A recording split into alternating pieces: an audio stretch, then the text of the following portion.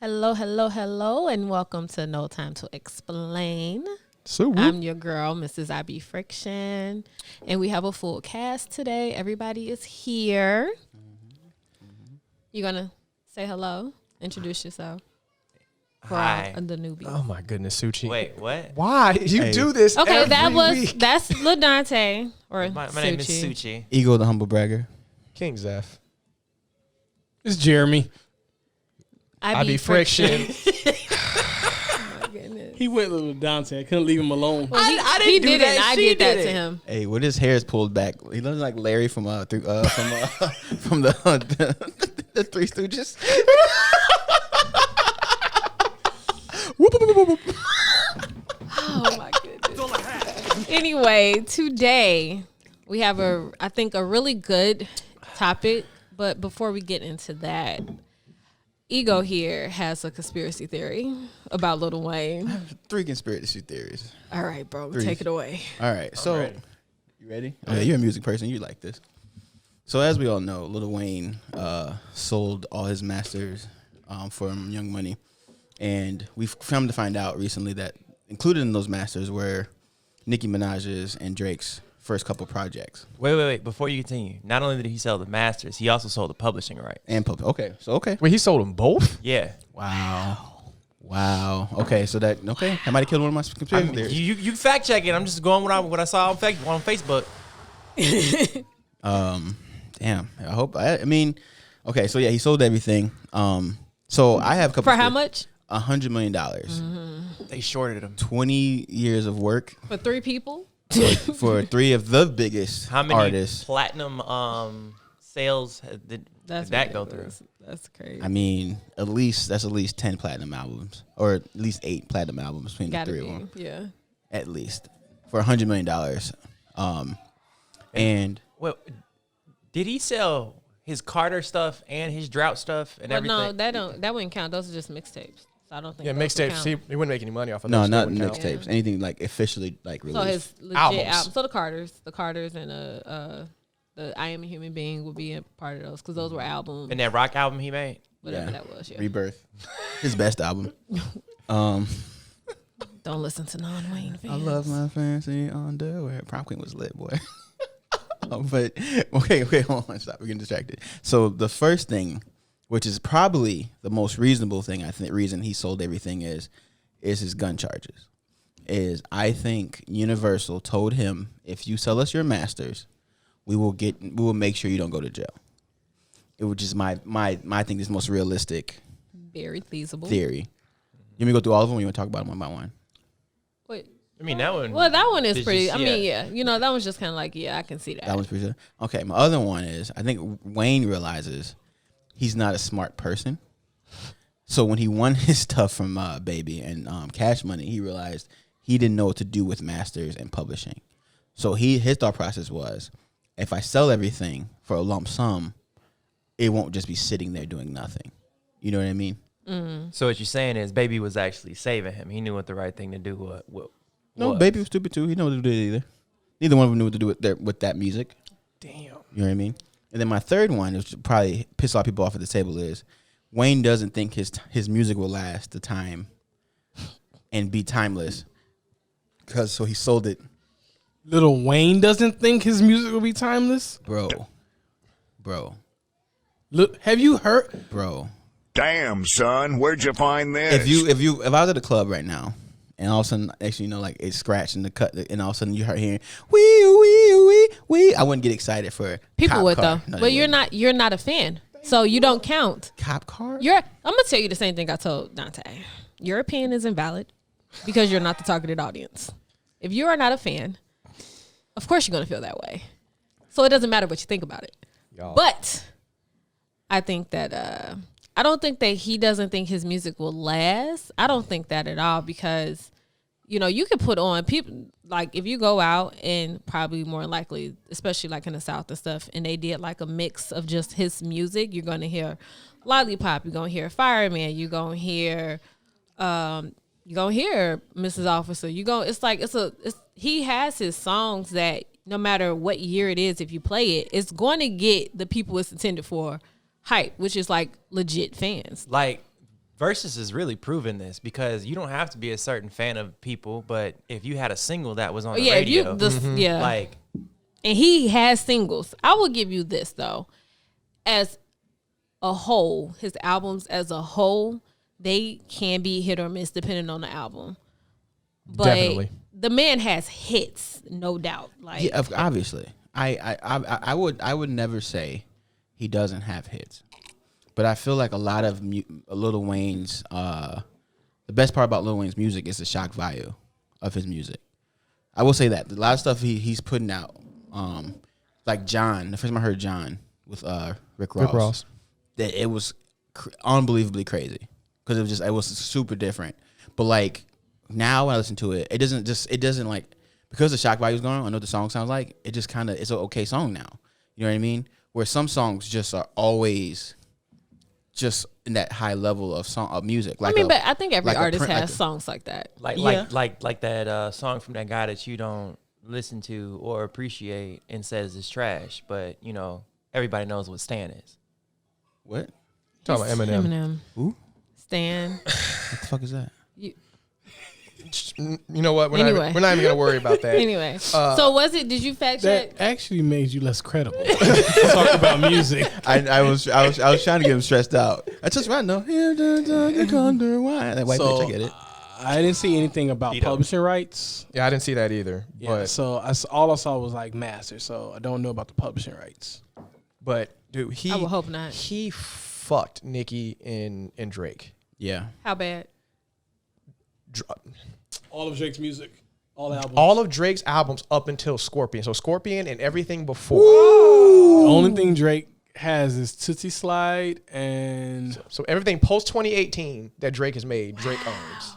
I mean, and all of Nicki's. All including of Nicki's. Queen? All of it. Because it was all under Young Money. So I mean, I just looked up Nicki's albums just to make sure. I'm just like, all right, Queen. I'm like, I don't remember that was her last album or not. That was her last album. It's like Queen and everything before it. So Pink Friday, Pink Print, Queen, all of Nicki's. Okay, so not even just. I mean, everybody stops at Nicki and Drake, but there were other Young Money artists. Nobody cares about them. Tiger don't count. Nobody cares about Mac Main. Nobody cares about any Young Gutter. You don't like Young Gutter? Chanel West Coast. And this is y'all king. He signed her. This is y'all king, bro. He likes to give people chances. That laugh, bro. But no, okay, what was I finna say? Yeah. So my thing would be, did they get anything out of that deal? Like, where's the rest of the receipts for the deal? No. I mean, as far as a percentage of their stuff, or rights to something, do they get can they do anything with their own music? Or are they going to have to spend $100 million to buy back their stuff? They're going to spend way more than $100 million. But if he is the sole owner of Young Money as a label and their music, and he just sold everything, they had no say-so or right over anything. Well, yeah, but you got to think about it. Give them a chance to even... And then you got to think they're this quote unquote family, right? So yeah, technically, well, that's how the three of them act. Whenever they speak of each other, it's in that way. And so you got to think on a technicality. Yeah, Wayne is the owner, but it will be, I think, safe to assume they had it set up in a way where they were still making money off their stuff too. I don't see him as a businessman though. That's my whole thing. Like, he was signed to Baby and is just now starting to fight for his music and rights. Just now, no, it's like that Baby fight was almost a decade long, trying to get his stuff. Yeah, it's been a long time. I thought it was probably like 5. No, it didn't get bad until like 5 years ago, but it's been going on for a while. He's been trying to get his stuff from Baby. Yeah, because he didn't get paid because it was the Carter 3 he didn't get paid for, or Carter 2 or 4. It was 4. So Carter 4 he didn't get paid for. So everything from 3 to up he had issues with.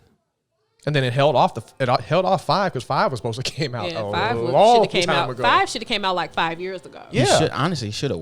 I would have preferred him to wash 5 and not release the way he did, like Dre did Detox. Because in my opinion, Carter 5 wasn't what it was supposed to be. Whatever he gave us was not the album he had planned. No. I agree.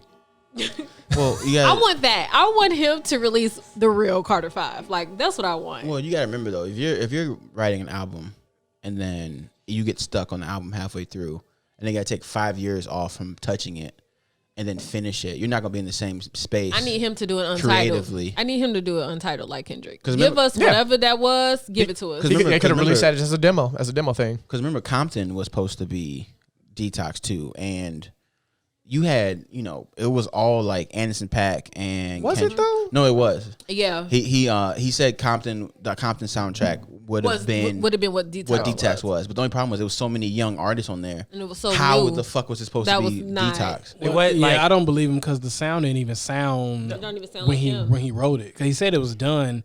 When he said it was He done? said it was done like 5 years ago, 10 years ago. The sound was too new. and that's Because I could be wrong, but I could have sworn in an interview that they said that the real Detox never got released. oh yeah, Oh, no. yeah, no, that's in a vault somewhere. But the reason I kind of disagree with it because I remember right before Compton came out, like he was on an interview, literally talking about because of the success of the movie, it drove him to make a soundtrack for Compton, which is how that came about. Now, if he said anything else in between that or before that, but I remember him on Beats Radio having an interview. He just this got my energy going. Is like, I want us to make a soundtrack, and then that's when he said that he was releasing Compton. And that's the thing. He said the Detox album sound wouldn't Wouldn't have worked. it wouldn't work now if he was to release it. And I don't believe him. Here. Cares.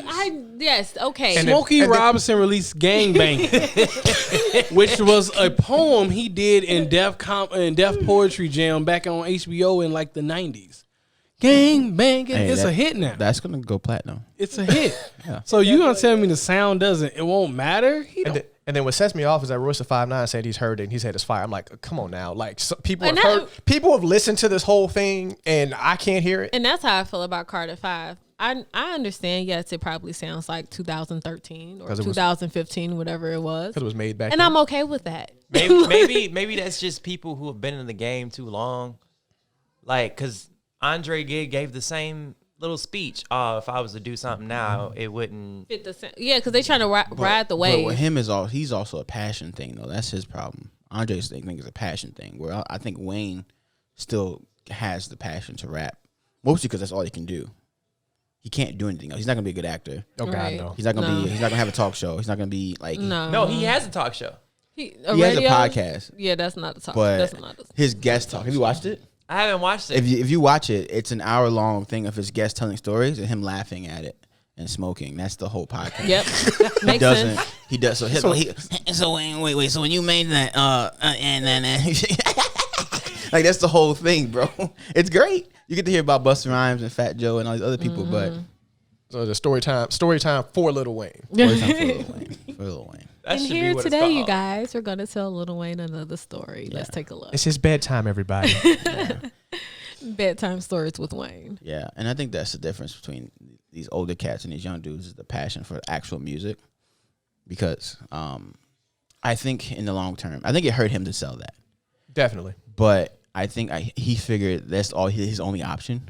But I don't think he feels that way. I gotta. I don't think he thinks it was a bad deal at all, honestly, because I think Wayne is also very arrogant. And I think he probably feels like, oh, I can make more money than what I just sold this for and do more music. So it's nothing but a check. But And he doesn't, and like we talked earlier, he doesn't reuse his music. Wayne, you don't hear Wayne's music on nothing. You know what I mean? He's But not out here that's- shopping his music for TV shows and movies and stuff like that. That like all that stuff still should have been passed on to his kids. Like, Well, but back to the arrogance. I can do this again. I can make more music, make more albums, and make more money. I don't need this. He I put think- all of his kids, most of them, on his mixtape that just came out with credits. His how old are they? They're 8, like- 9, 10? Yeah, 9, 10, 11?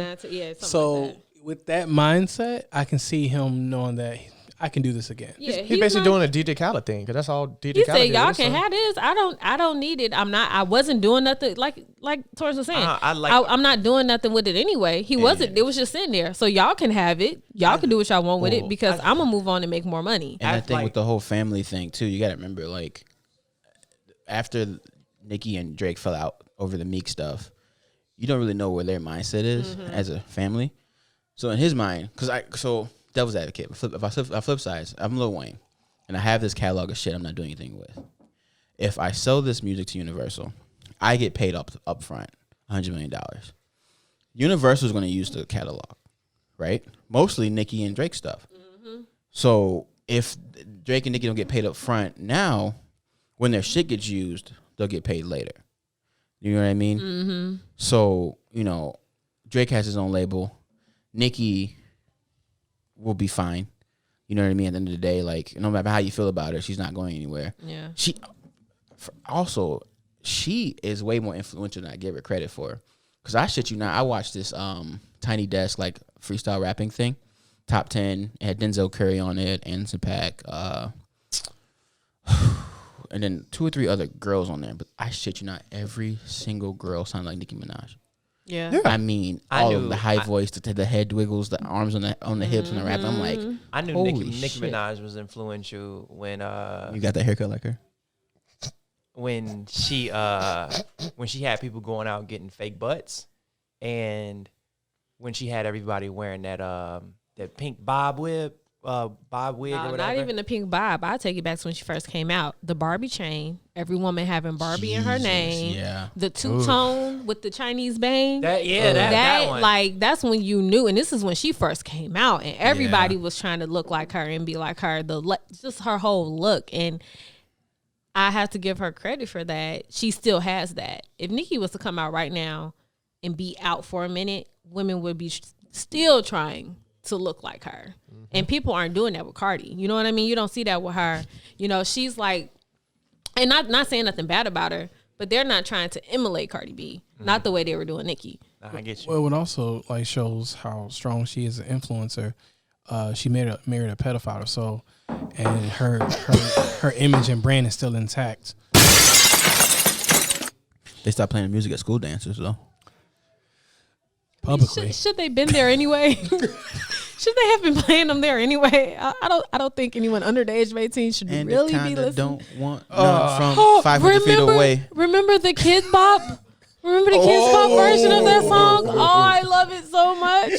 The Anyway. Oh Anyway. my God. Yeah, I would like to believe that there was a conversation so that they were prepared and not blindsided by that. Okay, so yeah, I have a theory as well. Oh God. Okay. And mine's real simple. Kind of makes sense, probably. Kind of makes sense, probably. Who knows? Maybe. Sure. I guess. I didn't think about the whole thing yet, but I'm gonna start saying it and see where this goes. come with me. And you see. What's the theory? I feel like he needed the check. Damn, don't son, think where'd you that at all. find this? Like needed No. Want it? because Wait, let me see how. Wait, I'll be back. Because if he just had all this legal stuff. Still has illegal stuff. Still has legal stuff. And obviously, like from everything he's shown, he's not a businessman. So I don't even know if his accountant is counting his money right. well, what? And like What income? nobody's touring right now. Not So- even before this. Last like 5 years, he has no real income with music because he couldn't put anything out. He couldn't perform his music. So yeah, maybe. What income did he have? Yeah. Okay, so his net worth is 150 million, which on the scope of things is not.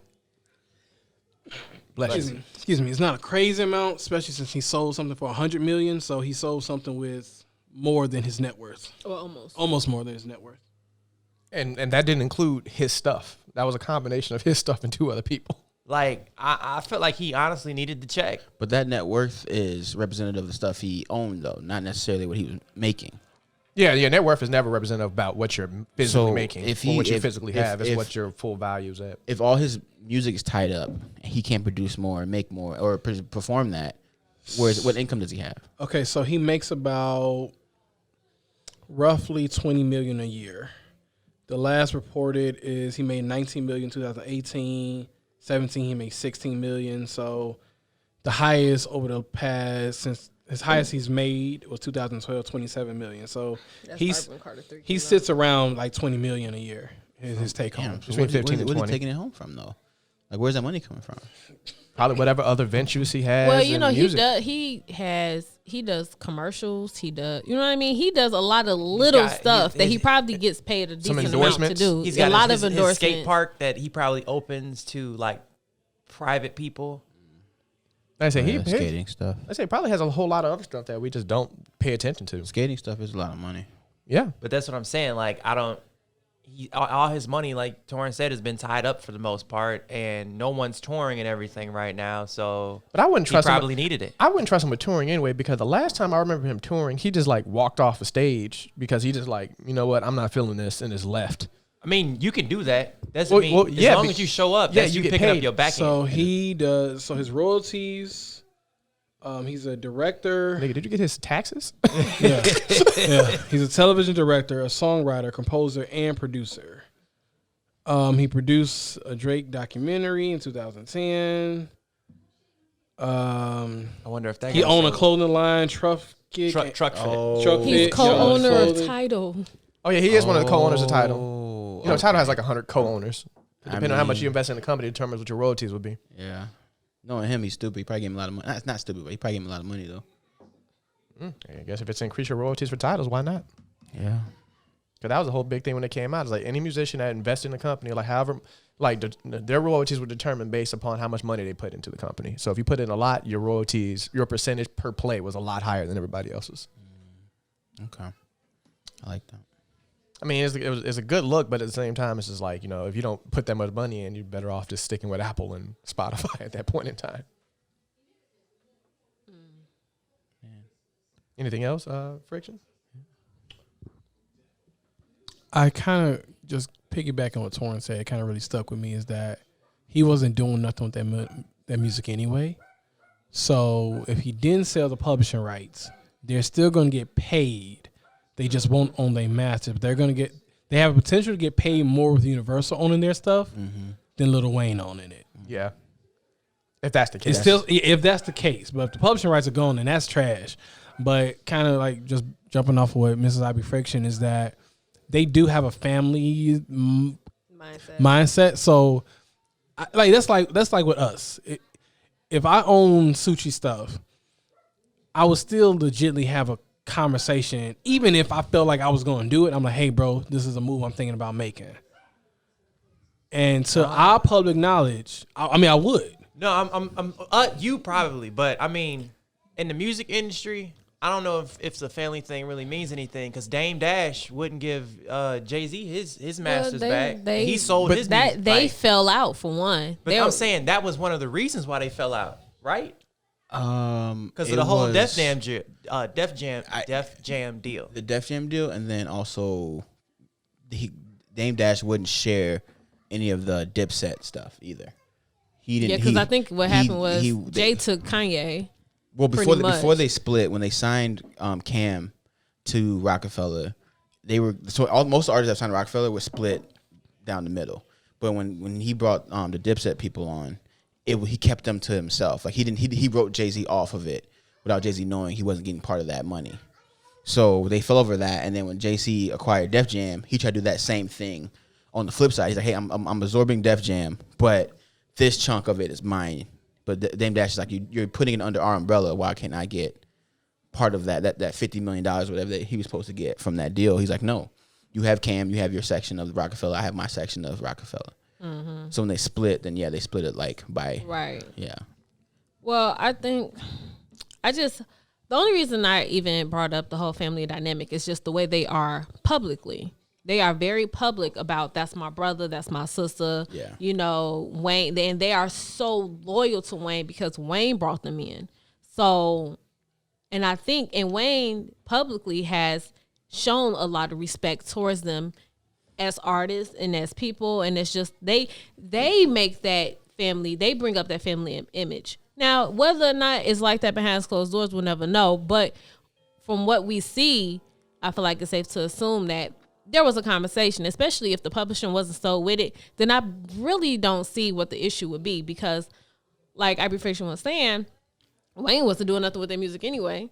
And so if Wayne wasn't being smart enough to kind of shop it around so that it is being used in movies and in commercials and things like that, then why not hand it over to a business like Universal, who will definitely do that, and they can continue to get paid off that stuff. Okay, so I get what you're saying then. So as long as he didn't sell the publishing rights, Yeah, it's not a bad they're deal. going to shop around the music, and they still have to pay him. Yeah, so it's not a bad deal. And also in actuality, like as long as that they came to terms with all of that, and that this wasn't just a shock and awe thing that Wayne just did this off just Off drugs. Yeah, off drugs and off the spur of the moment. He don't do drugs no more. Now, if it was a deal, if it was a thing like Drake, like, hey, Wayne, before you sell that, kind of about my masters, and he was like, no. That's trash. If Nicki was like, hey, let me get the option of what you want for it, I'll pay you for it, and he was like, no. So that's the kind of thing that I'm kind of iffy about, because it boggles my mind that artists wouldn't want to own their own masters, especially with them being newer artists. Yeah. Drake, I can see Nicki taking money over her masters, because again, she's not business minded, where Drake is building an empire and building a record label. So having his masters funding his record label makes sense for him. Or maybe there's this possibility that maybe it'll be easier for them to acquire, or at least in Drake's sense, to buy it back from Universal than it would have been just to get it off of Wayne. Mm-hmm. Well, and like I said, because of that sense of loyalty, you know what I mean? You don't want to feel like you're being disloyal, being like, yeah, I love you, but can I have my stuff, please? Well, also, the hot potato mentality is nice, because it distances those masters away from Baby now. Mm-hmm. You have another bridge in between you and Cash Money, so you're buying it from Universal. So if Baby chases your masters, he has to go to Universal to get to your masters they sold to users. Now, he's not going to beat Universal in court. That is a thing, though, if somebody else tries to buy him. Because it's one thing when your daddy got your stuff. Ain't nobody finna come to your daddy for your stuff. Yeah. But now the stranger got it. I think I know what I can do with it. And it could get deeper than that, because thinking about how successful Drake's albums could be, like what if he negotiated with Universal, was like, hey, I'll drop my next 3 albums with y'all. We can always do a Michael Jackson, Eminem. Michael Jackson bought somebody's master. He bought everybody's. The Beatles. No, It was the Beatles. But he bought the No, entire no, Beatles No, catalog. I know which one you're talking about. Did he It was bought- the Beatles. You sure? No. Okay. Because- This is a story. There was a diss. He does own Eminem's. Yeah, Eminem dissed him, and he bought his masters. He No, bought. that's what I'm saying. It wasn't. Let me hold on. I guess let's make sure for sure. But I think Okay. it's Eminem's. It was. Research I pause. swear. Because the only reason I remember this story, because it sounded like the most boss thing I can ever imagine. Like, he like, oh, I don't like what you're saying, but I bought your music. And I was like, dang, like Michael Jackson flexing like this. Because it was somebody of around the same era, where they made a diss towards him, and he was like, since you're not gonna sell me this, yo whatever, he went and bought the company, because he had so much share in Universal.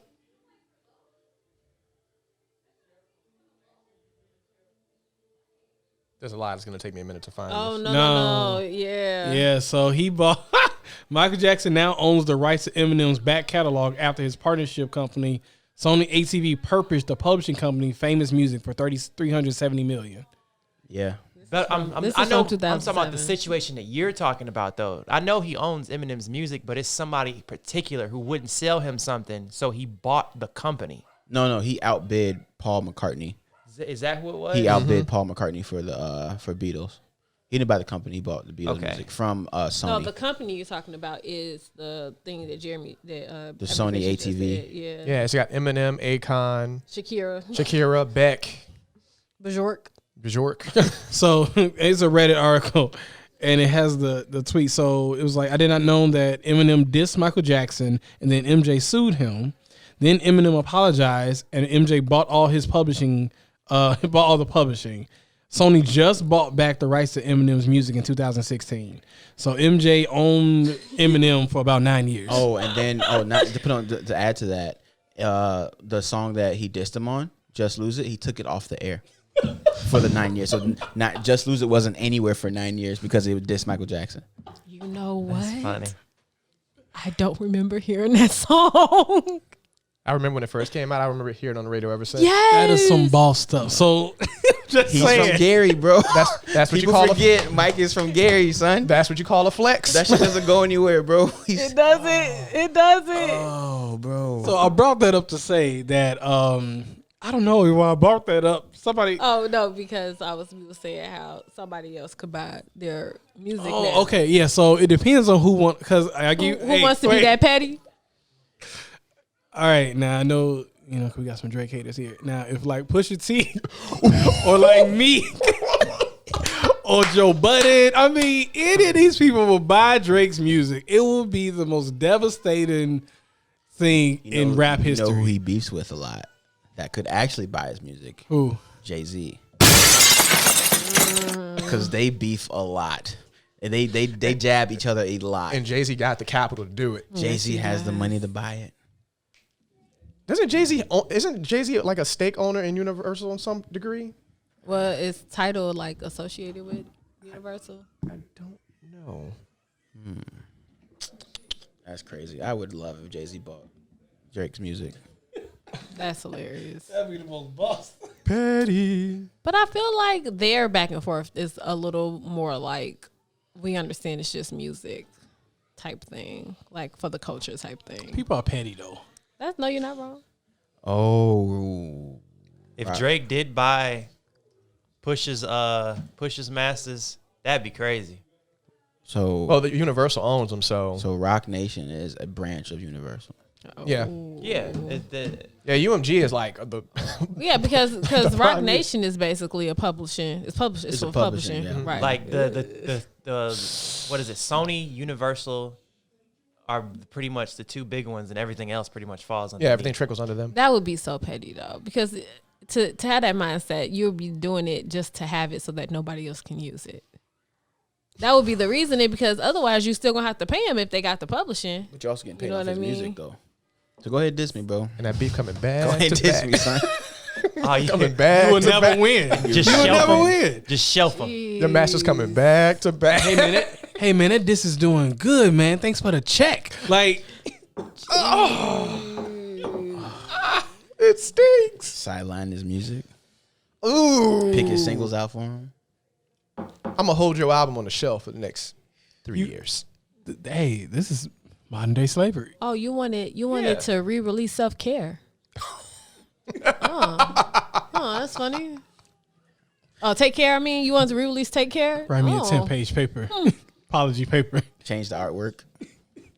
It's just Jay-Z's face in clouds instead of Drake's head. Like, there's a reason that Nas and Jay-Z get along now. He owns his music. gotta get along. I own you. Leave it at that. Yeah, he's like God with the God-killing gun.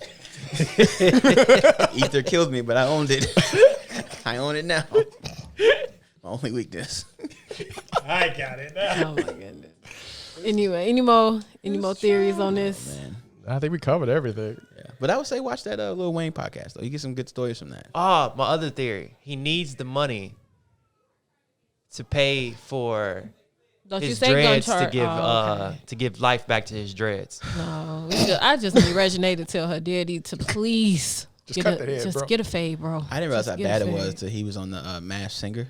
Dude, when he doesn't have When the they took- hat they- on. When they took that, it they took With that, the hat on. They took that that robot mask off his head. He looked like he balding, and it's just I thought he was sick. This is why you need real friends.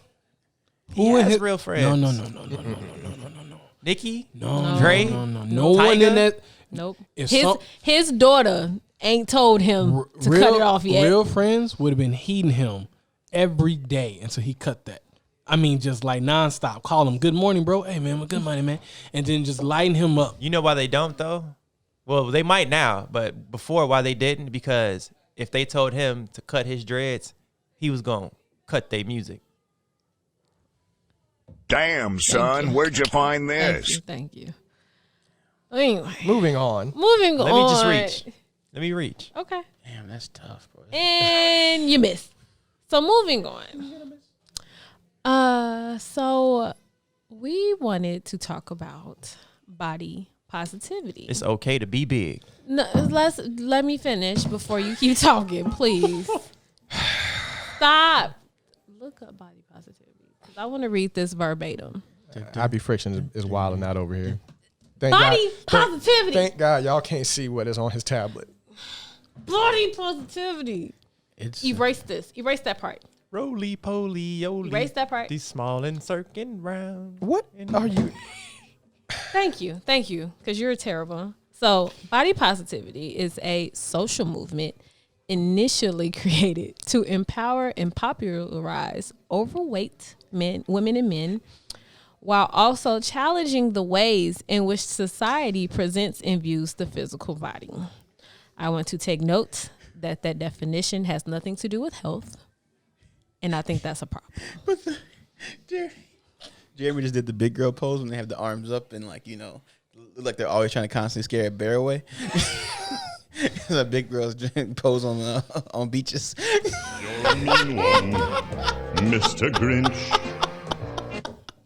The fact that you knew before you saw that is terrible. Anyway, It reminds me of Weight Watchers. No, stop. Before we go deeper into this, I really think it's important that we first talk about body image and where does that start? When did you become more conscious of how you look in comparison to others? My first time wanting to be like jacked or ever change my body image came from wrestling. That was the first time I've ever really was like, man, I wonder if I can grow up and look like that. Because them dudes looked a lot different than my uncles. Big Papa Pump looked a lot different than my uncles. I'm like, how do I look like Bret Hart? Like, how do I look like how these Scott Steiner, like, I want to look like those dudes, you know what I mean? Right. And so that was my first ever man. Okay, so let's bring it down a little bit. And so when did it start for you or for any of you as far as when it came to in school and being around people around you and stuff like people that? talking shit. 4th grade maybe was the first chubby jokes I got. 5th grade maybe. I think same for me was 4th and 5th grade. Wait. Actually, no. Mine was 6th, 7th, and 8th grade. That's where. It's all in middle school. Yeah, all in middle school. It was at its worst in middle school. Yeah. My 6th grade year before I got into wrestling. And you know what? I'm kind of just piggyback. I think wrestling, because even in wrestling was them bodies were well, that guy's massive. How do I be massive like that guy? Mm-hmm. And no one had the answers, and no one in my family was jacked at all, so they couldn't help me either. But the FBI found out in the 90s, didn't they? It couldn't take those little candies. Suchi. I've never really had it. No, just when it was the first time you dealt with it, or you've never really felt like You never cared. I've been so nonchalant my whole life for the most part. So pretty. I've had there are privilege. Pretty nigga privilege, boy. It's not that I've had people in my family who were jacked, and I knew my family's I saw at certain things as they grew up. It was either if you worked out, you were gonna get jacked, or if you just didn't work out and you drank beer, you're gonna get a beer belly. And for the most part, my mom was thin, mostly her. I got the opposite. It wasn't chubby jokes. It was toothpick, skinny, small, frail, whatever. But that's still a thing. But that's just it really didn't affect me because I was all right, whatever. Brendan? Yeah, mine was probably say within the past 3 to 4 years, to be honest. Because very similar to Suchi, my issue when I was younger was that I was just short. That was pretty much, I was always the shortest person in the group. I didn't actually start really growing until I was midway through my sophomore year in high school. But by that time, it's just when 14 years and you're always the shortest person in the group, and you can't control you growing, right? In height, that's just one of the things that you just deal with. And then I grew finally, and then I stopped being the shortest person around, so that really bugged me. But I would say where I really started to really look and want to pay attention to how my body looked was literally within the past half a decade, was where I was I want my body to look like something. And by that time it's because I've always been pretty much skinny and all that other stuff. So I've never really thought about it, and I don't overeat or anything like that to worry about weight. So that was pretty much it. What's funny? What? Oh no, my Roasting you, bro. I didn't mix my drink very well, so this is all like Jack at the bottom. And I took a big sip and it hurt me. Oh, But I was gonna say for me, I would say it started in middle school. I know growing up for me, I was like doted on a lot, like by family and stuff. So I was always pretty, so I never felt a way about that. Well, yeah, I never felt the way about that. It wasn't until I got older, until I got to about middle school, when I started watching more TV and started noticing what other people were paying attention to. And so, like, you got to think, like, well, that's when you start really liking people and stuff like that. And so you got to think this is early 2000s. And so it's like, you know, the model image for and granted, this is for a woman and not a kid, but the image was, you know, to be, you know, for a black woman, big boobs, small waist, big butt. That has always been the image. Flat stomach, you know, pretty, you know, we're going to pretty hair, all of that other stuff. But the main thing was that. And so I was always small. I was a small girl, didn't have nothing, shaped nothing up until I probably was almost halfway through high school. and not to make like a sexist crack at that. It's like that's definitely something more. I feel and see more targeted amongst women more than men. Like, of course, Most definitely. you're going to see it in men for the men that are overweight, but in terms of everything, whether you're overweight or you're really, really skinny, like or in between, women deal with that on a regular basis. And that's what I was gonna go with, because even with me recognizing like I wanted to be jacked like other people, like I didn't have the struggles that I know a woman would, because even like my fourth, like sixth, 7th, 8th grade, like, you know, I only was in a big struggle. I wasn't like bullied, but like people would say stuff. But then when I got to high school, I found out I was funny, so I was okay. Then martial arts, I found out I can fight, so I was okay. Like, it was like I never really like cried and like, or like felt like, oh man. Like the biggest thing I can think of was, because I've always been like a big guy. So like over the last like maybe 3 years, I started like working out, you know, a lot, and not even because of body image, it was because like I was too tired to play with my kids. So, and then I saw a picture where I was the same size as Lorax, and I think, you know, there's a certain level of how big you need to be as a human being. So it was the health part that really affected me, not the how I looked, if that makes sense. Like, remember when we were in high school too, image wise, you look at magazines and stuff, because like back then the internet wasn't as big, right? Right. So image came from magazines, TV. Most movie star males weren't super jacked guys back then at the time. Even action stars weren't huge. Like Jean-Claude Van Damme was the biggest, like muscular, but like what's the other dude? Or Schwarzenegger or Stallone or something. I'm saying what, but most from action stars at the time, like Jackie Chan, Jet Li. Yeah, you're average. Yeah. What's the dude with the ponytail? That used to train Anderson Silva. Steven Seagal. Like there was like normal looking dudes that are like, or even your Chuck Norris. He was like y'all was in looked shape. at pictures of them in the 90s, right?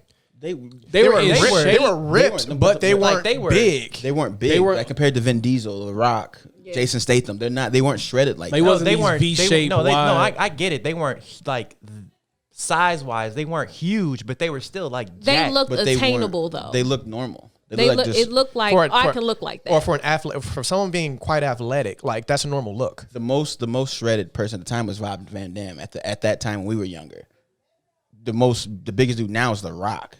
Yeah. If you compare the two, looking like Van Damme's way more realistic than looking like The Rock. So for us, you know, the bar was set a lot lower, but you can compare that to the same time period for girls, Pamela Anderson, Holly Berry, like Carmen Electra, like that. Their beauty standards are so fucking Angelina high. Jolie. And then like you look at in high school. So for guys, as long as you didn't smell and you weren't super fat, girls liked you. Yeah. But girls, you had to have your hair together. You had to have a butt or boobs, one or the other. You couldn't be fat. You couldn't stink. Makeup had to be together. No, God forbid, acne, braces. Like, And so I would have hated being a girl. And now think about that same thing now. Hold on. About this time though, If you were too skinny, they ain't want to date you either. for boys. Yeah. Oh, good I girls don't don't think care. I don't know. But you know what? I can tell you That no. was most of the hood niggas in our school, bro. Yeah, especially if they hooped. If they could jump. Hoopers were always skinny. tiny dudes. Yeah, they're just tall. I think No, it's just you. because stank, didn't you? the ones in Beverage, like when I went to Beverage, Tolliston, and even at Velt, it was the people who played sports who were more muscular. Skinny dudes. So most people at Velt was skinny, bro, because we didn't really. The people who play sports. Being the voice of women right now on this podcast, I can tell you right now, what is this, between 2001 and 2008, being skinny was not a downfall. No, It's still not. It's still not really. I think, no. I will say I am seeing a shift to women wanting somebody that has a little bit more meat on their bones. Mm-hmm. But being skinny won't get you an automatic out as compared to being more overweight. No, I'm not saying that, but all I was saying was if you were too skinny, or you didn't have like muscle definition or whatever, like it wasn't something that they were looking for. They wanted athletes. I feel like that goes in with, when you say that, I'm envisioning Steve Urkel, and then I would have to give you that. No, the only time too skinny was a problem in high school if you were, and excuse my language, were like a bitch. Like you weren't a tough dude, or if you were pushover, or you weren't funny. Then it's a personality. Then it's a personality thing. Because a lot of the skinny dudes I knew at Westside were fighters. So yeah, no matter. That's why I said when you said Velt, man, most of Delaney was all skinny dude brawlers. Like, and they all wasn't on the basketball team because they didn't have GPA. So that's I don't know. I guess we had a dude. We had a dude in my in 8-7. Ooh, man. I like Maybe Delaney, y'all, and there's no problem, man. I ain't got no issue at all, man. I don't know. Maybe because I was small up until maybe my junior year in high school. And you were a little emotional too. I'm just saying. And you weren't looked. Are you saying you weren't looked at? Or not as much as like Aaron. Not as much as Aaron. Well, yeah. You and Aaron don't look the same. But you know what, Torrance? Like, and that's a size You don't thing. look the same. No jokes. Well, no, you also had braids back then, and stuff. We do have that picture of you. You didn't have the facial hair. No, I didn't. But I was still I still looked like me. Yeah, you did. But you are comparing yourself to someone that you don't look like. I'm saying body wise. You guys didn't have the same body back then. So why are you comparing? Compare yourself to someone who you have the same body as. They got the attention that you I did. know for a fact Aaron's a little more aggressive than you. He's a little more old school manly man. Look, okay. Do the hand. Why I oughta torn? Straight to the moon. Can we not power right to kiss it right now? Okay. But Torrance, I'm glad you kind of brought some of that up because you just made me remember something because. Huh? Oh, about to get his drink. Y'all are so, like, you just brought me back to high school when I had braces. Okay. But no, so you brought me back to when I was in high school when I had braces. Need some antibodies, bro. Because the only time I was about to be truly scared was when I found out I had to get braces, and they made me. This is a hilarious story. So when I went to the orthodontist, It better be, but you set the bar up now. I went to the orthodontist the first time. They did the whole X-ray and everything like that. So they brought me in. They put me in this room, and but basically like a room like this, kind of with a long table and everything. And just like, we're gonna have you watch a video. The video was information about braces, but it was specifically targeted around headgears. Like 80% of that video was about maintaining and keeping of a headgear. I still Kill me now. At that point in time, fear was put into me because Brendan knew he wasn't gonna make it. He said, "I am dead. I'm not gonna survive this." Can I be homeschooled? No, in band, all we did is roast each other. And a lot of us were vicious, and it was awful. The second I'm badged, I'll say, if I have to have a headgear, I'm done. I might as well never come back. I might need to consider suicide or something, because I am not going to survive this school and the people I'm around with this headgear on. So I am just literally like on the verge of crying in that because I have no idea what's about to happen. Hey, bro, you sitting there like from Boys in the Hood when he about to take him to jail. He's like, you go to jail, right? He said, man, come on, man. mean like Brendan with each other in real time? Oh my! Damn, son, where'd you find this? Shut up. Foreshadowing. But the second they got there, he's like, when the video came off, I'm just sitting there just like this. And they're like, you have any questions? I'm like, do I have to get a head? Because you know what? As a kid, The amount of tears in that. as a teenager, you're just like, so I'm running this whole scenario down in my mind. And also in the back of my head, I'm like, are my teeth that fucked up? Because I'm literally like, I'm just analyzing my mouth and everything. And I used to have a minor gap in my front two teeth. It's very minor. Yeah. It's average. But on the back of my mind, I'm just like, my teeth are straight. They're not crooked or nothing like that. How fucked up is my mouth that this headgear is about to become a necessity? It's the only option. It's the only option. You went from like kind of okay to yuck mouth in 0.2 seconds. Exactly, like just shooting everything straight down. For the grace of God, I think the other woman's like, oh no, you just need regular braces. I was like, oh, thank God. They need to put that as a disclaimer. I still don't understand. What has to happen for people to need headgear? You know what? I don't know. And I hope that technology has evolved to the point where that is unnecessary. It is 2020. And if they can't figure out how to fix your teeth without you wearing a helmet / cage for your mouth, we have bigger problems. Look how burnt he is. He didn't even get the headgear. He almost got headgear. He's burnt. Look at Well, bro, motherfuckers that he wore is that advocating for them all. He says never again should Never y'all ever again. need headgear. No, that's a real thing. Like, it's 2020. Yeah. If you putting people in headgear now, first of all, you putting a target on their life. Oh yeah. Oh, no, second- and especially with the internet society now, Suicide's popular. They will now. make it. 4-year-olds are mean, so I can only imagine. you gotta be homeschooled. Invisalign headgear. Invisalign headgear. Man, you might as well take all my teeth out and give me dentures, man. You at home watching? You watching Invisalign commercials? Mama, what can I get that? Shut up, yuck. And then you're gonna see drug dealing is on the rise. Because Invisalign ain't cheap. No. So they go like, look, I'm about to push this weight because I am not getting the headgear. No way. But circling back. Okay. Yeah. Circling Body back. positivity. So Wait, before we circle all the way back. Before we circle all the way back. He brought up a good thing though, big point, because that pressure was pressure without the internet and comparing yourself to other teenagers and stuff around the world. Because we compare to high school. Like, when I look back at high school, I had to be like, and not to be like boastful, but like one of the top 10 most, not like physically attractive, but like attractive males in school, because I was really good with girls. I got like the biggest flirt in my yearbook, my last year. Like, I was really good with women. If I would have had that same mentality and like saw other dudes, like, you see these teens now, these kids now, these rich kids, like, I would compare myself to those other kids. My self-esteem would have been through the fucking floor.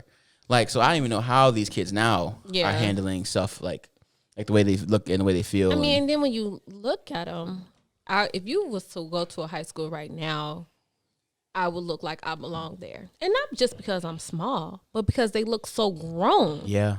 Like, these girls are 13, 14, face full of makeup, Yeah. Weave down their backs and dress like an Instagram thought. Yeah. Like, and that's normal. Like, it's normal. My little cousin's a freshman now at Southern, and she does hair when she's back in town. And she's doing this girl's hair. She has like the puffer pink jacket or whatever. And like was sitting there getting the hair done, long braids, like on like the kind of like the thick braids go down your head. She stood up, bro. I shit you not. She looked like fucking like I don't know how to describe it. Her ass was huge. I'm just like, this bitch is 18.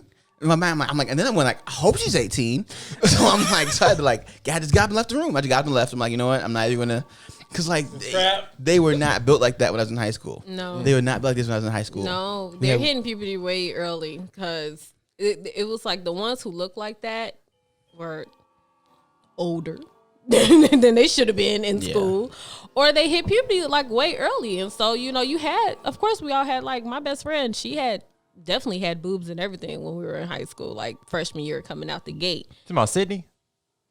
Don't know who that is.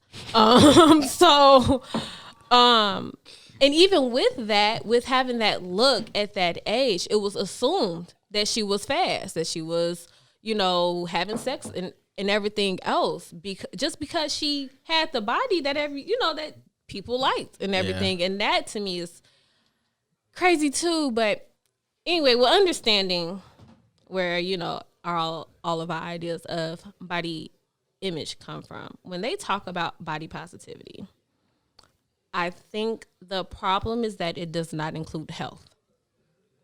I think to push and say, oh, regardless to how healthy you are, you should be happy with how you look is crazy to me.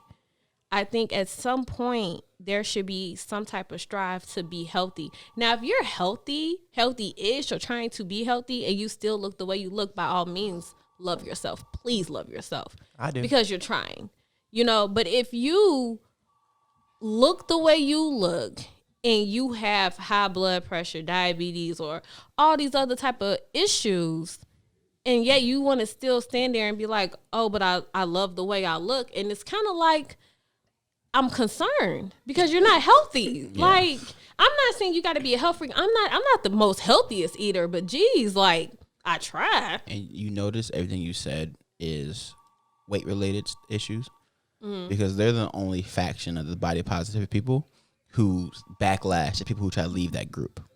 Because the body positivity also covers women who get their breast removed from cancer. And understand, because it's like body positive for everything. So you lose your breast from cancer, you have the scars that the women show off their scars, you get tattoos. That's so dope. They say they support each other, which you should be. That's uncomfortable. You're a woman for 30 years, you lose your breast, right? And then that's a big part of your sexuality and your identity. You know what I mean? And then, but at the same time, though, those same women who lose their breasts, those who get implants, don't get attacked by the ones who refuse to get implants. You know what I mean? Right. The ones who have really bad acne scarring, you know what I mean, don't get attacked. People who are getting medication to fix their acne, fix their face and stuff like that. It's only the ones when it comes to weight where they backlash each other when they change their body type. I'm starting to realize. Okay. Well, and it's like, and I don't want to downplay it, but even the categories you use in support of what you're saying, these are serious health conditions. Yeah. And things that they have to keep their lives. Yeah. All out of their control. Yeah. So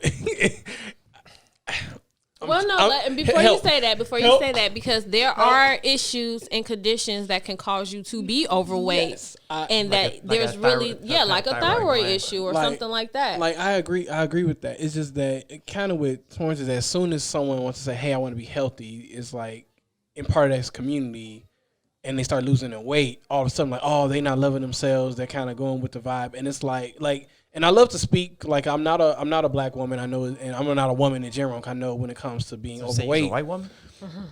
In a past life. I know when it comes to being overweight, being a woman, it's a bigger deal. But I always think about how, like, for me, like, I'm always been a bigger guy, but like my blood pressure, I almost hit like 120 over 60 every time. Like, I have like perfect blood pressure. Like my cholesterol's good and everything. I just like meat and potatoes.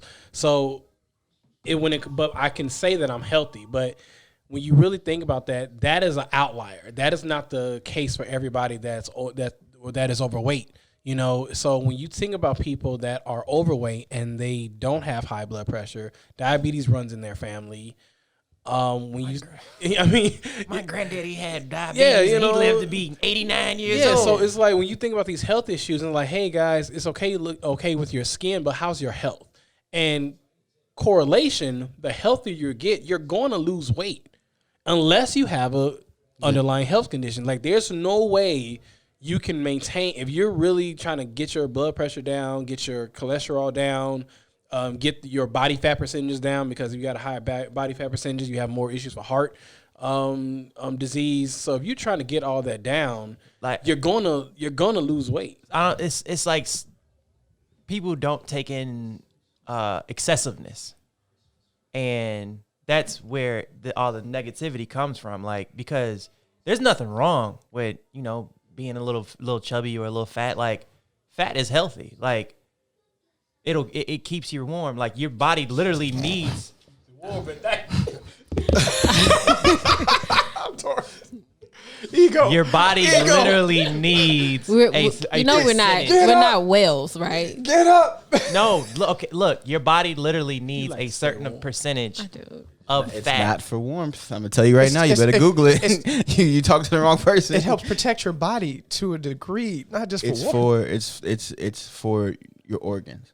That's what I'm saying. It protects your organs and is also a He's talking about cuddling, bro. Dang, bro, get out here, man. You know what I'm saying? Because if I'm not mistaken, if what is it 5%? If you go below 5% in as far as body fat, you start to get health conditions because your body isn't supposed to be You're more that injury far prone. down.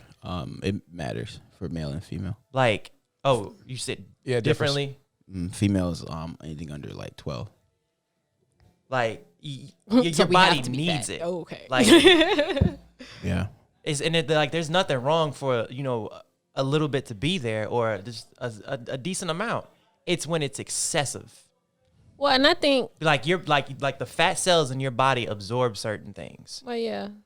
I think that the reason, because I know you brought up all the other stuff that's under that umbrella, but I think the reason I think I so quick to gravitate towards weight specifically is because that's where you hear the problem at the most. When it comes to body positivity, like nobody is going to, and for what reason, shame a woman who cut her boobs off. You know what I mean? Yeah. I think they have their own personal journey that they have to go through with feeling positive about themselves. And I think it's great to have a community that will help you uplift yourself in that aspect because that's a more personal journey, But on a public scale, ain't nobody, you know what I mean? We're not going to, who's shaming that person? You know what I mean? Who's shame, and outside of the realm of children and being in high school as far as having acne go, because that's kind of just a part of being a kid. As an adult with face acne, again, that's something that's a more personal journey because your everyday person is not finna just start roasting you. You know what I mean? Because you got bad acne. Yeah. But when it comes to weight specifically, you have people who are unhealthy and overweight pushing this agenda that, hey, I feel good about myself. And to me, it sends a mixed message to younger kids and to other people because it's kind of like, okay, yes, I want you to not feel bad about yourself, but I also want you to try to be better. And that's not saying like, oh, you need to be at the gym 5 days a week and you need to stop eating this and stop eating that. It's all about portion control. It's all about, your moderation and just doing what's comfortable for you. But I don't think you should just be okay with poor health. I think so I'm gonna answer it. We talked about everything.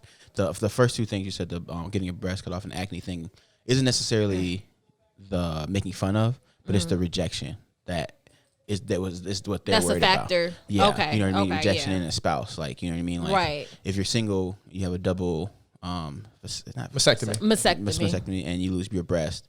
How do you find a spouse? Right.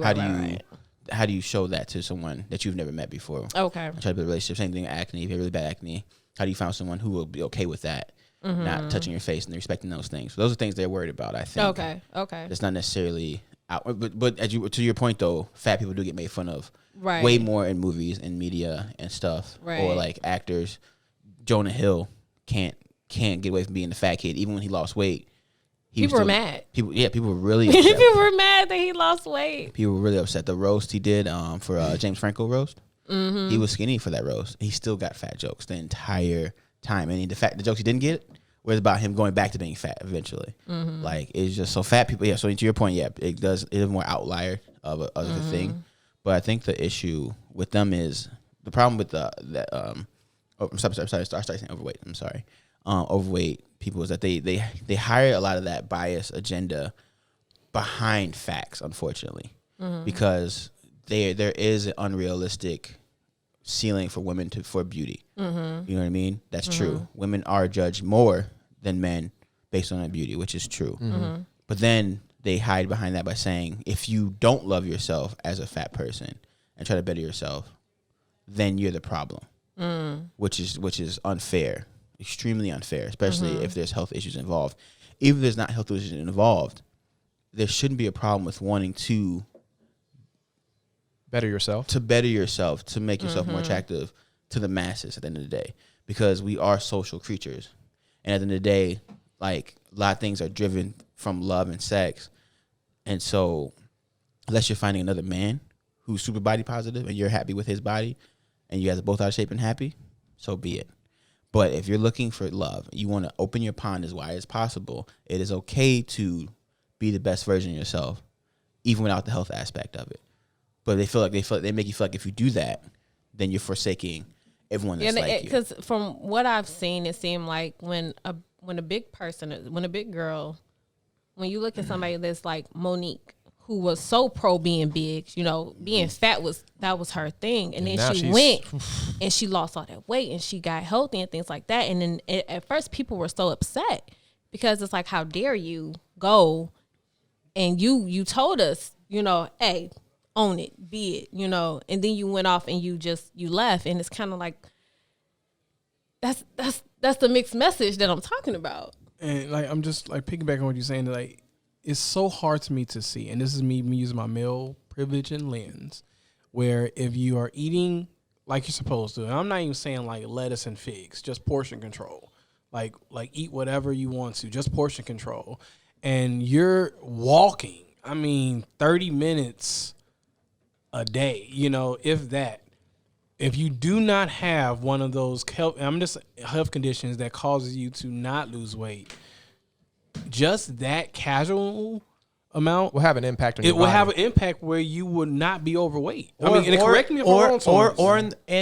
Or in the reverse, where like people who tend to lose weight really quickly and their like body starts to break down, and they are eating and trying to put on weight.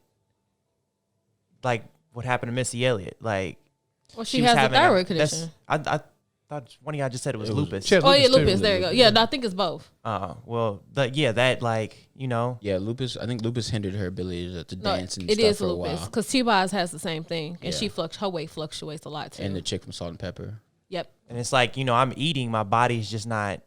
Well, but that's this that's isn't a blanket. Yeah, you know what I mean? Like that's to my point where saying that if that's like I'm agreeing like on the same point with you. Like if there's a health thing, I can't. There's nothing I can say to that. But when you do those bare minimum things, it's really hard to maintain being overweight. So it's hard for me to kind of split the body's positivity when it comes to being overweight and health, because those little things is something that everybody should be doing to be healthy. You know, minimum 30-minute walk, you know, not even nothing high intensity that you're going to start. Right. You're not going to be 300 something pounds and saying I'm in love with my skin. Because like, can't get me. I was just going to say, I think it's sad because I know that there are going to be people who are upset or don't agree with what we're saying, because, you know, a lot of times when you start speaking on being healthy, people automatically assume that you're shunning them, or, you know, they take it so personal. You know what I mean? And to me, all you're showing me is that you feel a way about how you are and what you look like. I know I have a lot of big girls that are my friends, and I love them to death. And one of them, she eats well. Like she doesn't like pig out or nothing like that. Like she eats good. She does what she does or whatever, but she's a big girl. So for her to still love herself through all of that, I think is really important for her. But that's her. Mm-hmm. A lot of women or a lot of people are just out here doing what they want and just, you know what I mean? Not even trying, and then want to sell it off like, oh, you know, you should be okay with how I look. And it's like, well, that doesn't matter. I don't care about how you look, but I think that you should care about how you look. Yeah, about your health. Because that's why I was talking about excessiveness earlier, because it, like, people, one of y'all pointed out, people do more so talk about the larger people or people who are overweight. Mm-hmm. Like, people more so do point that out. But you can also be like one of those supermodels or super skinny and who are passing out every 5 seconds. I was gonna say something about that. Or like or people who do like not physical fitness, like bodybuilders. You can be a bodybuilder, be huge, jacked, ripped, but your organs are shutting down from the stuff that you're putting in your body. Too muscular. Like, you can rip you can have muscle tears from stuff like because you're too big. I was gonna get more into the opposite of that because the opposite of being a bigger person, because I remember after having Jesse, I lost a lot of weight. Like I slimmed down fast and a lot, and I had got used to what my body looked like. I had a small frame, I had a shape, you know, I looked good to me. And then I had my second daughter, and that was gone. I looked at myself and I didn't recognize myself. And when I would try to talk to my friends about it, they would shut me down. Like, oh, what you mad for? Because you're small. What you complaining about? You're not, you don't look like me. And it's kind of like, well, I don't look like me either, And so that the body positivity, I feel like it's such a scam, because really what they're, to me, in that category is saying like, you need to be okay with me being big. And that's all it's about. Don't complain about being little. Don't complain about being skinny. Don't complain about being, don't complain about nothing else. If you ain't fat, you don't get to say nothing. Like that's what it says to me. Basically, just saying F your self-esteem. Yeah, because how you feel. And it was so hard. Like I really didn't gain weight back until I got pregnant again 2 years later. So only people, when that whole thing with Lizzo happened, only people who actually understand what health is actually understood what she was saying. She wasn't saying it's not okay for you to be a bigger person, but from what you're doing, there's no way that your health is going to be in good faith. Exactly. Like don't promote. Are you talking about Jillian Michaels saying? Yeah, don't promote people to be unhealthy. Right. And that's what kind of my point. It's like at a certain point, there's no possible way, if you're doing bare minimum exercise to your health and portion control, you can maintain that size unless you have a health thing. So that's why it's so hard for me, because, and I'm speaking on it so much because I was a big guy. Like I was like almost 300 and some pounds, eating whatever. But I was still working out. I was still doing martial arts. I was still teaching classes. I was still moving. Was I tired? All the time, but I twist my ankle. Part of the problem is though, when you are, that overweight, part of the reason you're that overweight has to do with your ability to push yourself and keep yourself accountable in some sense or form. Mm-hmm. So what you're telling people to do is to, even if it's a minute thing, it's still a major change in their lifestyle. You know what I mean? It's not a big change, but it's a consistent change, and it's an everyday change. Yeah, especially if it's a person who lacks any type of like self control or like you said, keeping themselves in check. And that's the thing. I'm not telling people to do that. It's just that the only thing I'm saying is that when a person says I'm happy in my own body, and the health aspect of it is that should matter. That's what I'm saying. It should, but the problem is, it goes back to the microwave society. You're asking someone to do this stuff with no real nothing comes from it. And that's the worst part about fitness, is that when you train someone new, and I meet someone who's 26 years old, 27 years old, and obese, and they've been obese since they've been 18. I tell them, and I'm honest with them, I'm like, you're not going to see much of a change these first 4 or 5 months. You got to understand that we're fixing you from the inside out. This stuff's going to help with your blood pressure, your headaches, your sleeping, your energy levels, your overall mood. Those things are going to change way before your belly starts shrinking, or you start seeing cuts on your arms, or your knee pain will go away, your back pain will go away. These things are going to get fixed. Well, plus you also lose weight from the face down anyway. So so in their mind, that's not what I'm here for. I'm not here though. I'm here because I'm fat, and I'm tired of being fat. Like, the health social stuff, media doesn't help, because you know what I mean. Social media shows you, do these teas, which ain't nothing but laxatives, y'all, and you know what I mean. Do these quick diets and stuff like that, and you'll see a difference in 30 days. They get slim fast. Like schemes. Plastic around your belly. If you look at Biggest Loser, if we watched maybe like 10 seasons of that show.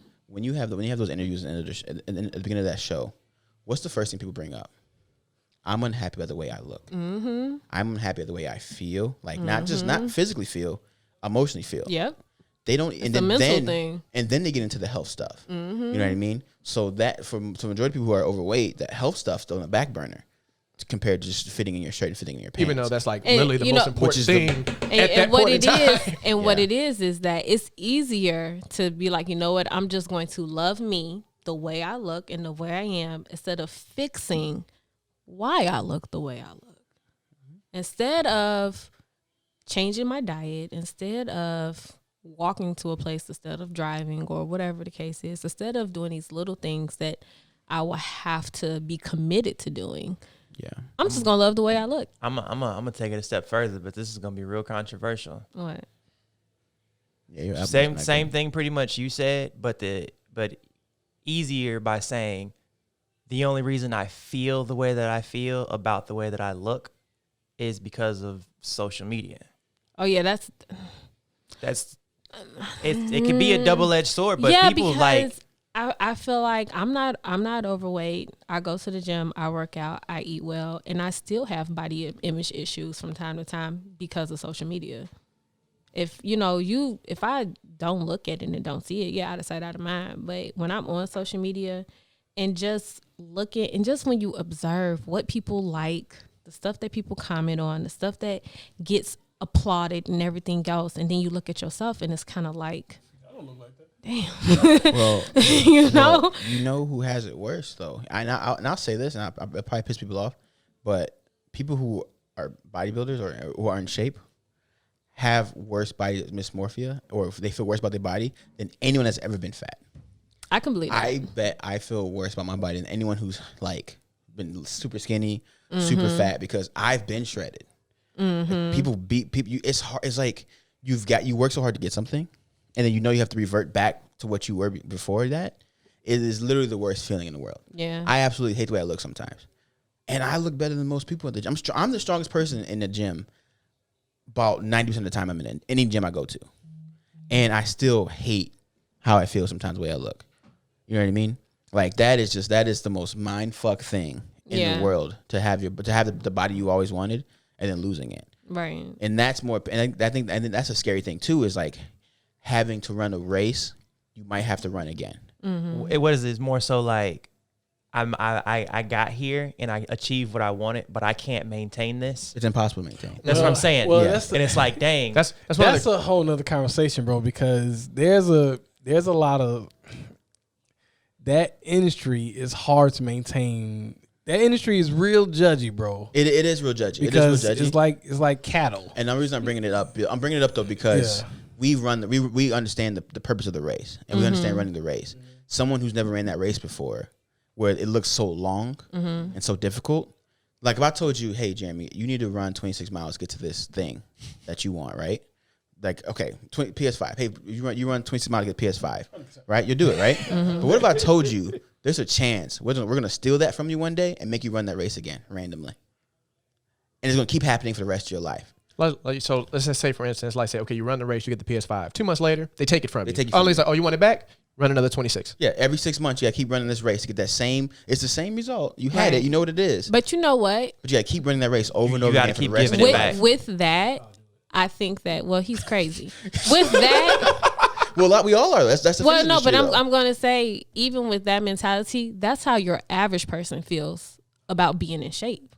Because what people don't speak on is that once you're in shape, you got to stay there. Yeah, that's what I'm saying. Like average people don't understand. Like they don't understand that part of this. It's a forever race, being in shape and being healthy, and it's a constant choice and a constant decision. You know how many times I probably shouldn't have ate something, or I should have cut something out, and I'm like, no, I'm gonna treat myself. And that's the sacrifice. I went through that Wednesday. I went through that. I had Harold's, and I went train heroin, bro. I'm like, whoa, that is not a celebration. I had heroin, and it was like, treat yourself. Treat yourself. But no, yeah, it's The dragon. Imagine seeing that in the gym. It's like I'm now trying to curl up. It's like, what the fuck is happening to me? But yeah, On the bench, I'm having a bad set, man. let me get going, bro. it's so it's like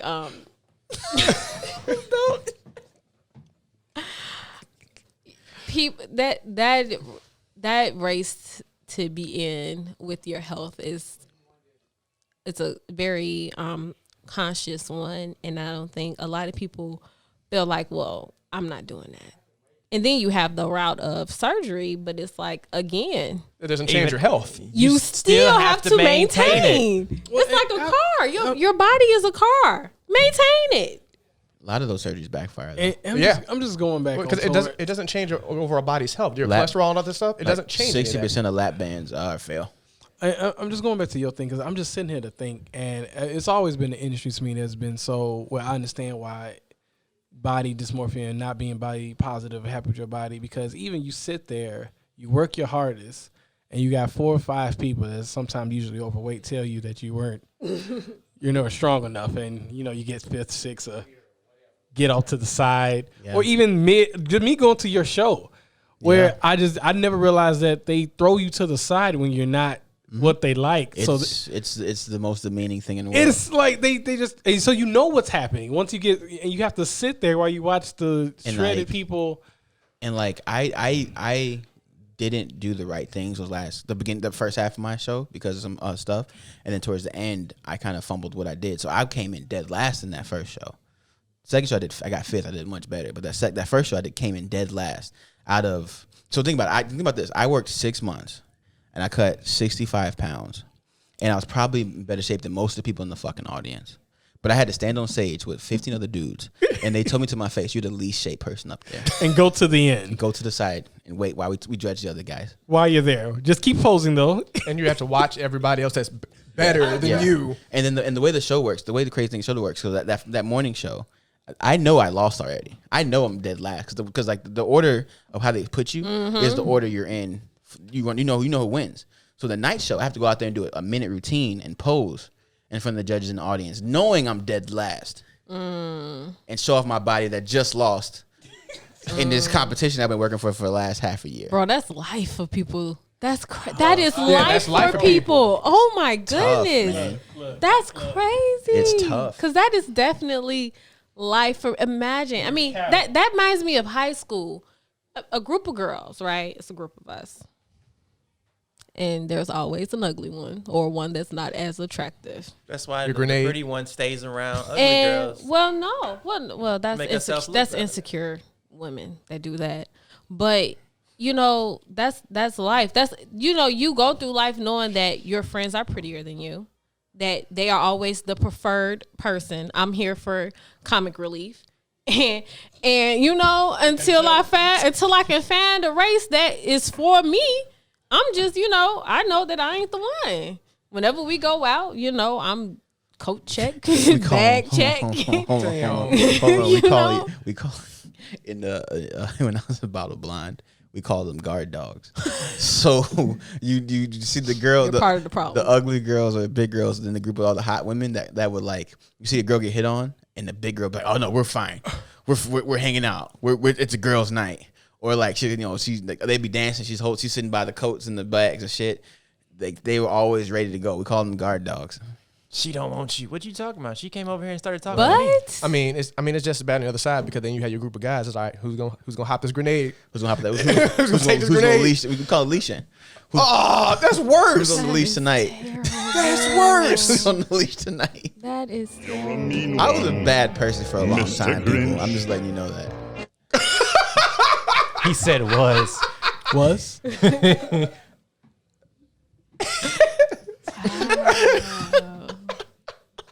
But I'm the mean one in this group. Okay. Yeah. Okay. Which you should understand that. That's man. bad, right? Whatever. No, I'm not that bad. I leashed a couple times.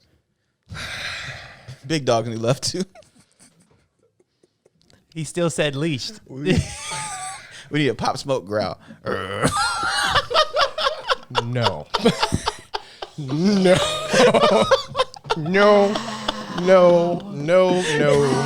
No. You are so don't worry, ladies. He's taken, so you don't have to. He's not. You don't have to worry about him. They like poor woman. They about to write letters. She's like, Emma, Jesus. Are you okay? Does he love you, really? All right. How could you be with a guy like this? But Why do they talk like that? I don't know. You sound like a middle-aged white woman. Okay, Susan. You getting your food, you getting your food back. Right? He doesn't get Waitress. He doesn't get the joke. This is anyway. Okay, look at the confusion on this face. So long. He's like, what? I don't know what's going on. I called you a middle-aged white woman. He's so And then Torrance said, yeah, you'll get your food back. Why Well, would I you're want sending my your food back. You're sending your food back. Oh, okay. You're sending your food back. Okay. I got it. A little late. Hella late, nigga. All right. But yeah. And so I think that with body positivity, when it comes to weight, it's a sham. It's a sham. You know, because it's to me, I don't know what it started with, but it seems like it's supposed to only be for overweight people who don't plan on getting in shape. Yeah. Yeah. Like they have no desire to, I'm not gonna say they don't have any desire to be healthy, but they're okay with where they're at and they want the world to be okay with where they're at and not say anything to them about doing something different. They're the Catholics of body positivity. And so Why did that analogy work? I don't it just does. Bro, you can't be different than them. You can't tell them what to do. If you leave them, you're going to hell. Or gay people. They don't. Yeah, I mean, yeah. I think They're the same way. If we get canceled, that means at least people are listening. At least we got At least people are listening. 6, 7 shows in. Well, no, if we get canceled, This is that means 9. we have a base. We got 9 shows in. You know how hard it is to get canceled? Yeah, we'll rebrand. Well, no. I mean, I think there are quite a few groups of people who want things their way and don't want any lip about it. It's just how they are as a whole. That's how that community comes off. And you'll be crazy to disagree. Like a terrorist, Even if you are like a terrorist organization. Or Suchi. exactly. No. Exactly. Everything's extreme with this nigga, bro. Everything. I said Catholics. He went to ISIS, bro. Damn, man. My man, you either are pitch black or Snow White with my bro, man. That's ain't no damn, varying shades and kind of to touch off on what Dante was talking about before, when you go into the opposite direction of just being smaller and trying to gain weight and things like that. It's like, where's the support for those group of people? You know what I mean? Because everybody wants support for the big person who has trouble with losing weight or isn't losing weight or isn't trying to lose, whatever that case is. But the second somebody who isn't deemed who looks okay to them says anything about their body image, all of a sudden it's like, well, no, now this ain't about you. This ain't for you. The model who's a size 0 passing out every 5 seconds. Well, and I mean, but right, no, and that's the comeback. Girl, you looking good. Can I tell you how many times I've posted about like, oh man, like I wish I looked. I would say stuff, and my dearest of friends would quickly let me know I need to stop. In their defense, you do got a body, and I'm talking to Body. anyway, and I'm talking. First of all, I'm talking about after Jess. That's not the body I have now. Thank you. That's a whole nother body. Don't imagine it, you fucking weirdo. He said, "Nah, it's not." It's his fault anyway. No, it's yeah. well, you know, when you're with a woman, you like have different bodies with her. It's like having like different women. Like, Yeah. I mean, compared to like me and Emma, we've had about 9 different matches of bodies since we've been dating. Right. But yeah, and so it was like I had no support. There was nobody who I could kind of talk to about the body image issue. Well, you don't count, babe. The body image issues I was having because I'm the smallest one of my friends. And so I was even smaller. And so then it was like, oh, you know, you're privileged. Shut up. Quit complaining because, you know, I'm XYZ. And it's like, well. with a man. And it's like, well, I'm talking about me. You know, I need some support. Like, I need help. Right. You know, you go from, like you said, it's like going from being front stage to back to, you know, prep. And it's like, you know, okay, I need to figure out which body I'm going to have and try to get there and maintain maintain that. Because I, up until, it's been about, 6 months I've been working out. I never worked out, ever. I just had a good metabolism. And after my third kid, my body said, okay, now, heifer, you need to work for it. And so that was an adjustment because I was used to my body just snapping back. And I had to figure out, okay, Brittany, you either going to sit here and complain about being however I looked, or I'm gonna do something about it. Yeah, because college Brittany lived off of Flaming Hots and pickles, and I'm just didn't have an ounce of fat on her belly. I'm just saying, nothing. I didn't. I missed that. Should have took advantage of it. Rice for 2 years straight. Well, now I just got two abs. Yeah, your bowls. Still got a flap. Still had a little oomph on there. now. Well, now I work out, and I cut out sugar. She works out now twice a week and still maintains. It's the most. I'm actually still losing too. It's the most frustrating thing ever. Meanwhile, but I can't talk about it. You in the gym? Was it 5 times a week? Well, no, but okay. Was it 6? Listen, I did it. I had to get there first. I did 30. Look, I did 30 days, 5 days a week, and let me think. For those first 2 weeks, I did nothing but veggies. Then I did a water. I did a lemon diet. Then I did nothing but veggies. Yeah, I did the whole thing for 30 That's days. not why I was pointing. And then what? You're telling your story to a person that just competed. Well, no, I'm saying that's why he understands. He understands what I'm saying. I understand the pain. I ate chicken broth for a day straight. So I did. No, what I'm saying is, before I went down to my little 2 days a week and everything, I shocked my body into getting used to dying. Yeah, pretty much. Because that's how I felt. And even now, after doing all of that, it's certain things I people at home like, I don't want to do fitness. They make this fitness shit sound terrible. Well, no, but after we're taking it to the extreme, shocking, people. It's extreme. Well, no, yeah, because after shocking my system, I am more conscious of what I eat. I am like, okay, I'm not gonna pick out 3 days in a row, I'll just do this one day of eating not so great, but I also I don't eat a lot of sugar. I don't eat a lot of carbs. I replaced, if I can find it made with veggies instead of just flour, you know what I mean? Like I've done a lot of things because I know what it's going to take for me to get where I need to be. And I said, well, I'm not going to the gym 5 days a week. So I got to figure it out how to make it work somewhere else, Oh, and stuff that people, what's crazy too? What's funny about that? It's the positive stuff people don't talk about. And me and you talked about this at the gym on Thanksgiving. You gotta remind me. Remember your buddy caught with the pictures? So yes. People don't talk about the positive things, especially for men. So all my men that are listening who are a little bit heavier, when you work out for real and start doing cardio and you start losing weight, one, your erections become way more powerful. I'm using the word powerful for a reason. And then when you're lean, good word. When you're lean, like when I got lean, like I'm I've always been like very happy with my penis. It's a great penis. But when I was lean, that thing looked like a baby leg, bro.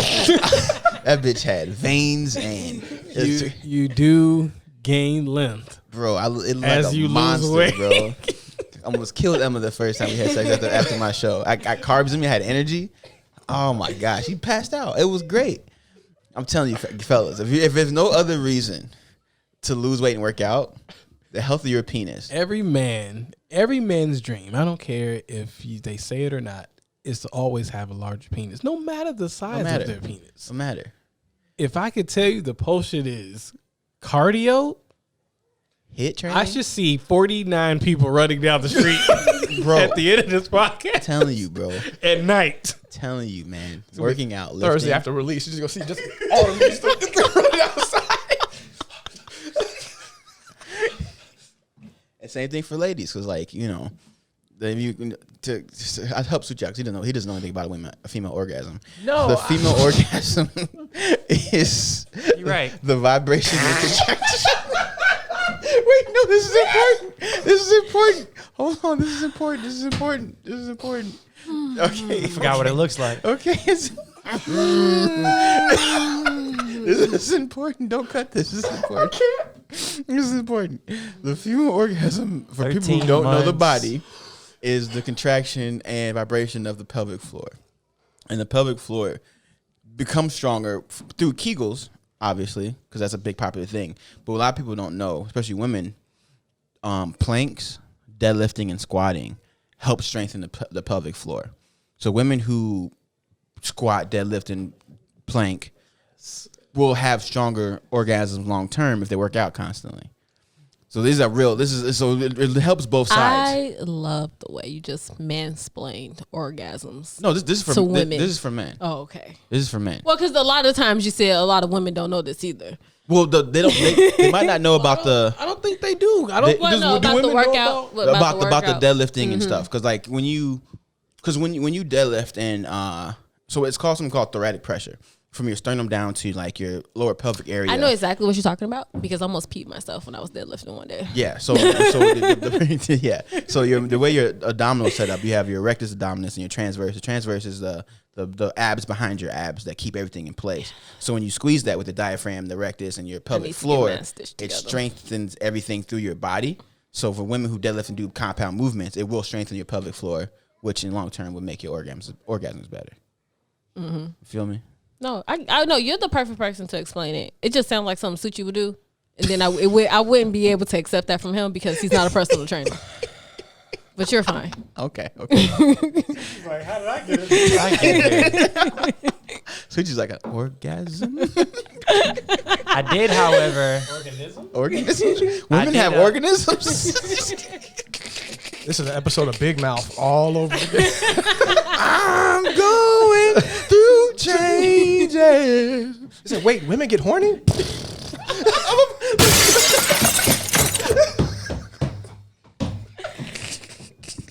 I support you, Suchi. I did hear the other day though, working out can boost testosterone levels in men. Yes. Yeah. You didn't know that? No, scientifically behind it. Like it was. Someone explained it to you. Because I bought the bench, so I just been trying to use it and whatnot. And the dude was. It works in women too, but it basically tells your body that it's getting ready to to fight. It's telling your body it's getting prepared for survival.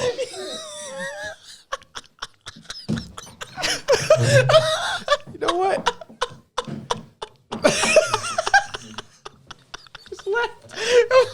I'm sorry.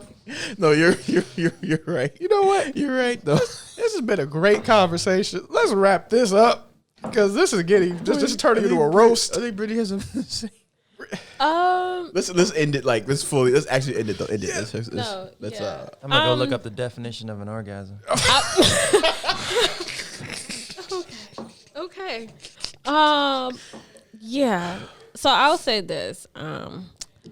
I think that when used correctly, body positivity can be a great support system for those who need it, which can be any one of us at this table at any moment, you know. Mm-hmm.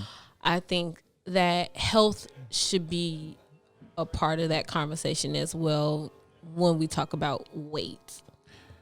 Actually, I think you should end it this way. Especially since you had this issue with some of your friends who are bigger, how do they fix it? How do they do better with using it as something that helps them become like healthier or because you know what I mean? Because like I think it starts with wanting that change. I've had people kind of say or kind of complain a little bit about, I hate this about myself or I hate that about myself and whatever. But I don't think I've ever had anyone say, hey, I'm about to start doing XYZ and I need an accountability partner. Because I think that's super important, to have a group or a person or something that will help you hold yourself accountable for the change that you're trying to make with anything, And so I think that I want nothing more than for any of my bigger friends, to of course feel good about themselves, to look in the mirror and like what they see and everything like that. But I want more than that for them to be healthy in the process. But they have to want that too. So this goes back to me saying that it's easier to just accept yourself without wanting the healthy part because of the work that that you're going to have to put in to do it. So I mean, it's nothing that I can really do about that. that's just up to them, you know, because it's your life. And if you feel better with just accepting it instead of trying to change it, I can't do nothing about that. You know, I have no say so in it, you know, in any way. But I think that you have to be careful when you want to claim being body positive and not being healthy. Yeah. You know, there's a fine line there, because, you know, there are other people looking at you, you know, when you say these things, especially if you have children or little cousins, nieces, whatever the case is. And if, you know, they're so, oh yeah, TT said, you know, it's okay. And it's like, well, now you're going to have this kid thinking that they can just do whatever, eat whatever, and, you know, it's not going to be a problem, you know? So it's just, I think we just really need to be more conscious. But also, I think that other people who are not in that situation can't be so quick to be so publicly judgmental.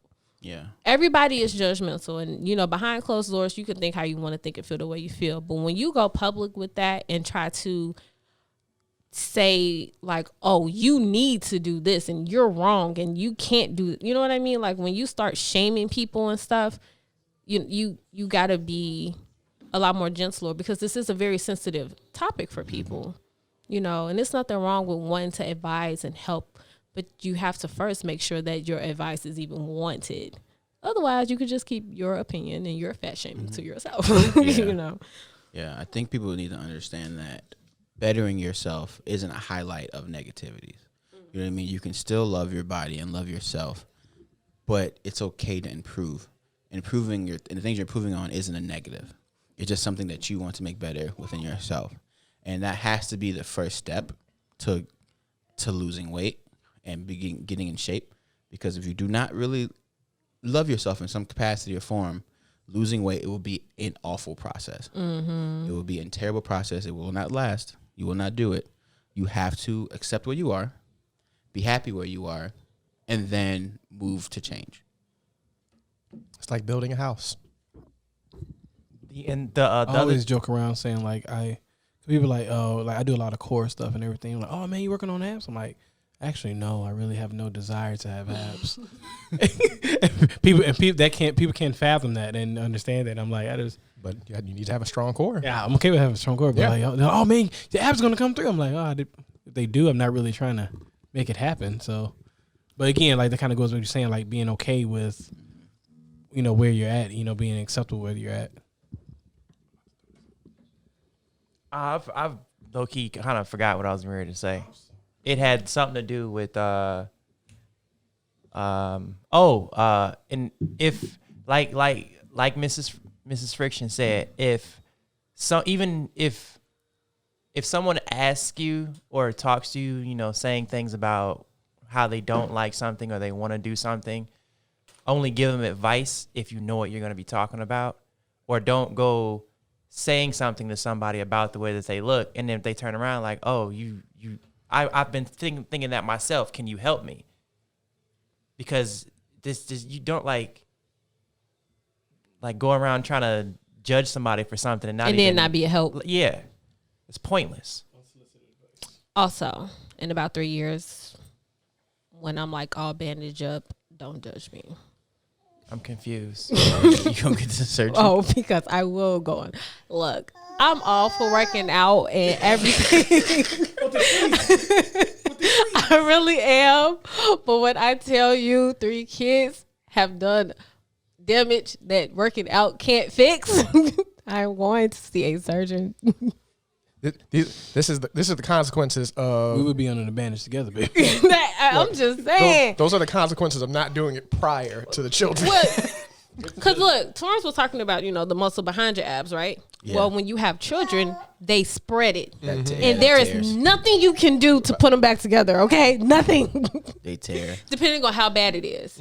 And so, a tummy kids. tuck will stitch them back together. And then I just have to maintain it. I'm all for maintaining. I mean, I'm maintaining now. I can do that. As And long as boob job, I'm as good. long as you don't get excessive, we cool. Like, Just don't touch your face. Like No, you go from a tummy tuck I to a boob legit job just to a went- butt lift to because some stuff on your back because I'm blessed. Look, I'm blessed enough to have a shape and to have a butt, and my boobs. I can get a boob job, so we're good. I just need to get my boobs in a tummy tuck, and starts with a tummy tuck, gets to a hair transplant. Whoa, Okay, that was excessive. whoa. That's the thing. That's- I mean, Lil Kim showed it, but you know what? I'm glad Lil Kim is But getting some color back though. no. And then what I found out is that a lot of her face work were fillers, and it wasn't permanent work because she's starting to look like her old self. Yeah, Thank God. So That thing- I- like she's not getting so she's not getting. You can tell she's not doing fillers anymore. yeah, she's looking a lot better. Now her nose, whatever she did to it, she did. Oh, to she it. janited herself. But yeah. I thought Lil Kim was hot to see start fucking with a no. But 50 Cent line. But like, it's for everyone who's listening. If you want a free consultation or conversation for fitness, reach out to me on Instagram, ego_the_ Link will be in the bio. bragger. Link will be in the bio. Link will be in the bio. Thank you, sir. I'll get you set up. Free conversation. I will not hold anything back. I'll be honest with you. I will not push you to buy, but I will talk to you, FaceTime or over Messenger. Let me know. There you go. Anyway, wrapping up, every guy. Yeah. yeah. You want to wrap it up, Brittany? You started it. Oh, all right. Well, this has been No Time to Explain. Can't wait to. Oh, well, baby, you got something? Hey, say mama. Boogie, woogie, woogie. He's shy. He didn't want to talk. Anyway. Thought the fear would help. No, he's my son ain't no punk. What? Anyway, this has been No Time to Explain, and we will catch y'all next week. All right. Happy Deuces. holidays, everybody. Deuces.